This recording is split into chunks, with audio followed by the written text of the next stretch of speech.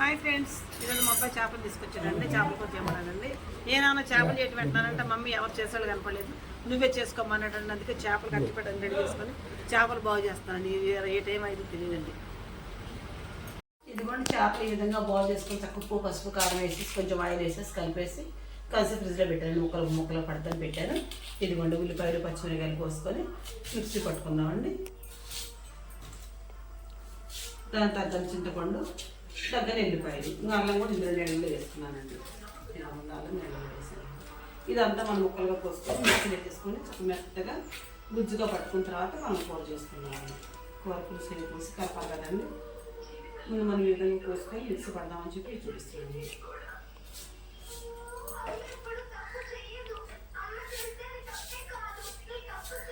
నీటి తక్కువగా ఉంటుందని చెప్పి గుజ్జులాగా ఉంటుందని చెప్పి మిక్సీ పడతామండి. పులుసు చక్కగా దగ్గర ఉట్టింది అనుకోండి, మెత్తగా పెట్టుకున్నాం, కర్రీ బాగుంటుంది. రేపు పొద్దున ఉన్న చక్కగా పులుసు మంచిగా చక్కగా పుల్లగా ఒక్కొక్క పులుసు బాగుంటుంది. నేను ఉంటే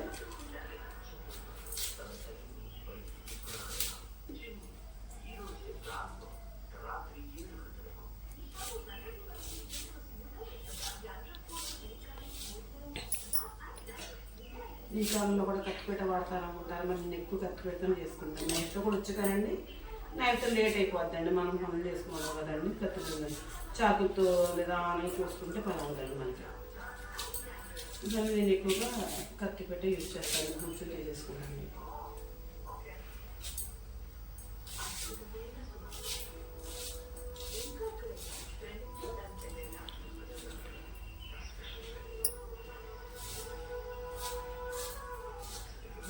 పడుతుంది కదండి, చేపలు ఎక్కువ దొరుకుతున్నాయి వచ్చి.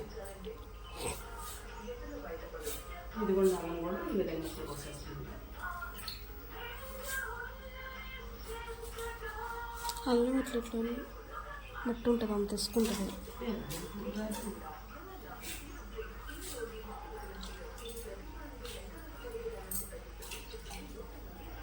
మొత్తం కలిపేసి పట్టేసుకున్నాం. అల్లం ఉల్లిపాయలు పచ్చిమిరకాయలు మొత్తం మిక్సీ పట్టేసుకొని కలిపేటప్పుడు వేసేసుకుందామండి. మన చక్క ఉడికిన తర్వాత ధనియాల పొడి, గరం మసాలా పొడి కూడా చూసారా.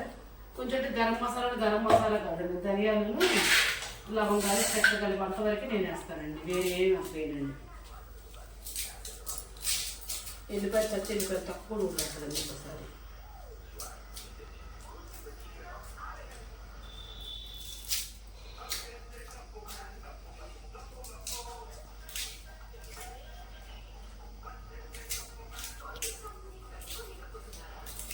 ఇదిగోండి చక్క అల్లం వెల్లుల్లి ఉల్లిపాయలు పచ్చిమిరకాయలు చక్క కొంచెం జీలకర్ర వేసి చక్క మెత్తగా మిక్సీ పట్టేసుకున్నాను. గింజలు వేసేస్తాను.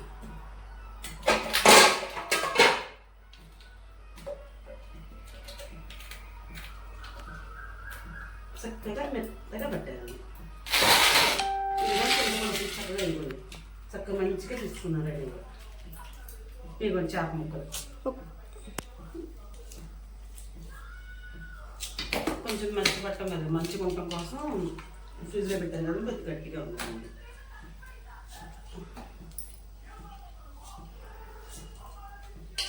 చక్క ముక్కలు సెట్ అయిపోయింది చూసారండి. ఇట్లా వేయించుకుంటే భలే ఉంటాయి ఫ్రైలే ముక్కలు. నేను అనుకున్నాం కదండి, నేను చికెన్ చేసుకున్నాం అనిపించింది, చేయించుకుందాం అనుకున్నాడు. మళ్ళీ మొదటి కర్రీ చేసుకొచ్చాను ఆలోచనతో ఈ విధంగా ఫ్రిడ్జ్లో పెట్టాను. అందుకు కొంచెం వేసాం కదా, కావాల్సిన సాల్ట్, కొత్త ఊరగాయ కొంచెం ఓటేస్తే బాగుంటుంది. పసుపు, కారం, ఫస్ట్గా సాల్ట్,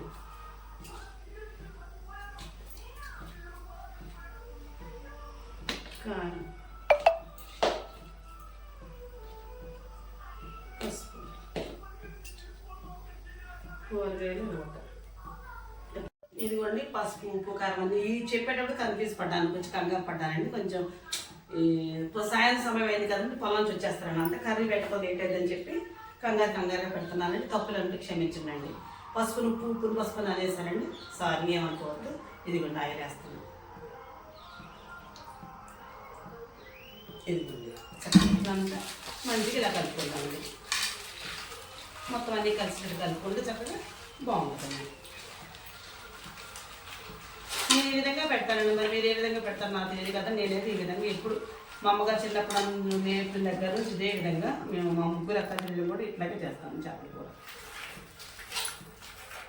మా అమ్మగారు అయితే ఖచ్చితంగా పాత చింతపండు ఉంటేనే చేస్తారండి. ఇది వచ్చి చింతపండు పులుసు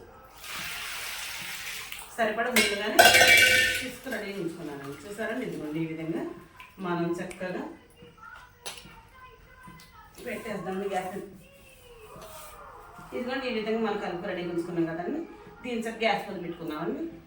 చేపలు కూడా పొయ్యి పెట్టేసుకున్నామండి. చక్కగా కలిపేసాను కదండి. ఇదిగోండి గ్యాస్ అంటించేసి పొయ్యి పెట్టాను. దీన్ని ఒక 15 నిమిషాలు ఉడకనిచ్చుకున్నాను. ఉడకనిచ్చుకున్న తర్వాత దాన్ని బట్టి అప్పుడు మనం మసాలా కూడా వేసుకున్నాను. ఉడకనిద్దాం చిన్న మంట మీద ఉడకపెట్టుకున్నామండి.